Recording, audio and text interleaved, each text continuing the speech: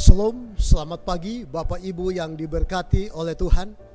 Kita berjumpa kembali di dalam renungan singkat pada hari ini, pada pagi ini tanggal 8 Mei tahun 2022. Sebelum kita mendengarkan firman Tuhan, saya mengundang Bapak Ibu kita tunduk kepala bersatu di dalam doa. Bapa di sorga, terima kasih Tuhan. Di pagi hari ini kami akan merenungkan akan firman Tuhan. Kiranya kuasa Roh Kudus-Mu dapat mengurapi kami, sehingga firman Tuhan menjadi berkat rohani bagi kami semua. Terpujilah nama Tuhan, di dalam nama Yesus kami berdoa. Amin. Saudara-saudaraku yang diberkati oleh Tuhan, judul renungan singkat pada pagi hari ini yaitu Tuhan yang membuat segalanya berhasil. Saudara-saudaraku, bila mana kita membaca di dalam 2 Tawarik pasal 26 ayat yang kelima, firman Tuhan mengatakan, ia mencari Allah selama hidup Sakaria, yang mengajarnya supaya takut akan Allah.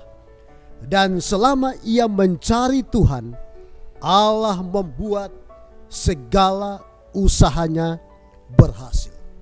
Saudara-saudaraku yang diberkati oleh Tuhan, Uzia bisa dikatakan sebagai seorang raja yang sangat luar biasa.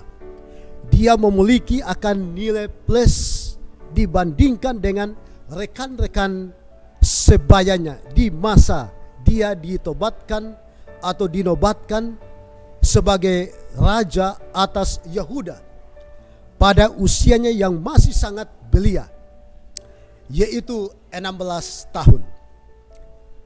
Untuk menggantikan akan ayahnya Amazia. Bila mengandalkan akan kekuatan sendiri, dipastikan Uzia tidak akan mampu menjalankan akan tugasnya sebagai raja.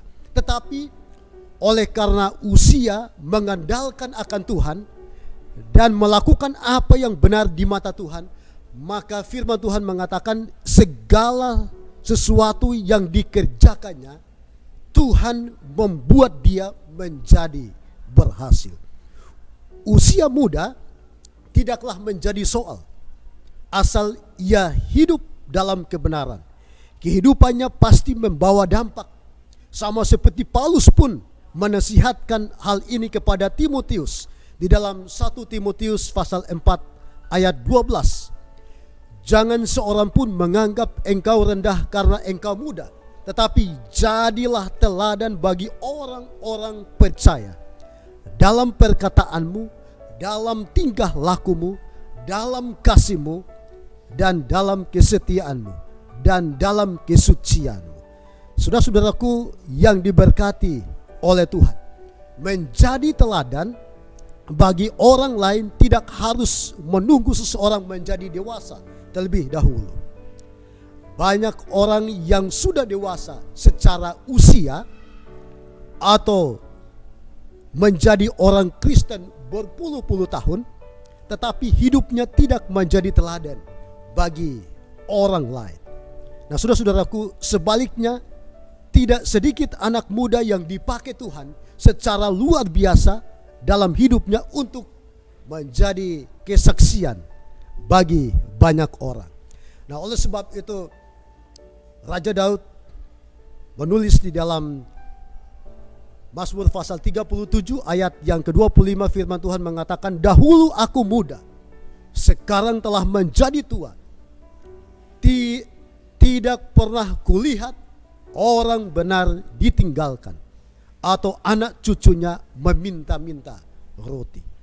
Tuhan merancang akan hal-hal yang baik bagi saudara dan saya sebagai orang Kristen. Karena itu jangan pernah menjauhkan akan diri kita dari Tuhan. Sebaliknya kita harus semakin melekat. Kita harus dekat kepada Tuhan dan mengarahkan akan pandangan kita kepada Yesus yang akan memimpin kita dalam iman dan membawa akan iman kita itu kepada kesempurnaan. Ibrani 12 ayat yang kedua. Saudara-saudaraku, oleh sebab itu tetaplah bertekun dan sabar menanti-nantikan akan Tuhan. Orang boleh mengatakan apa saja, tetapi bagi Tuhan tidak ada yang mustahil. Dunia mengukur akan keberhasilan seseorang dengan uang, boleh jadi kekayaan atau dengan jabatan. Tetapi sesungguhnya seorang yang berhasil adalah orang yang hidup sesuai dengan kehendak Tuhan.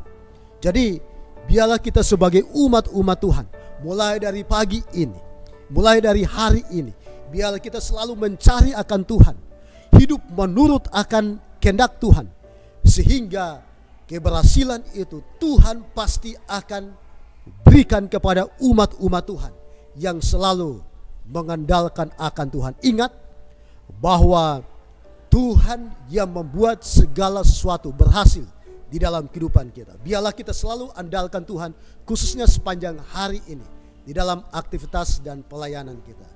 Terima kasih, kiranya Tuhan memberkati kita semua. Amin.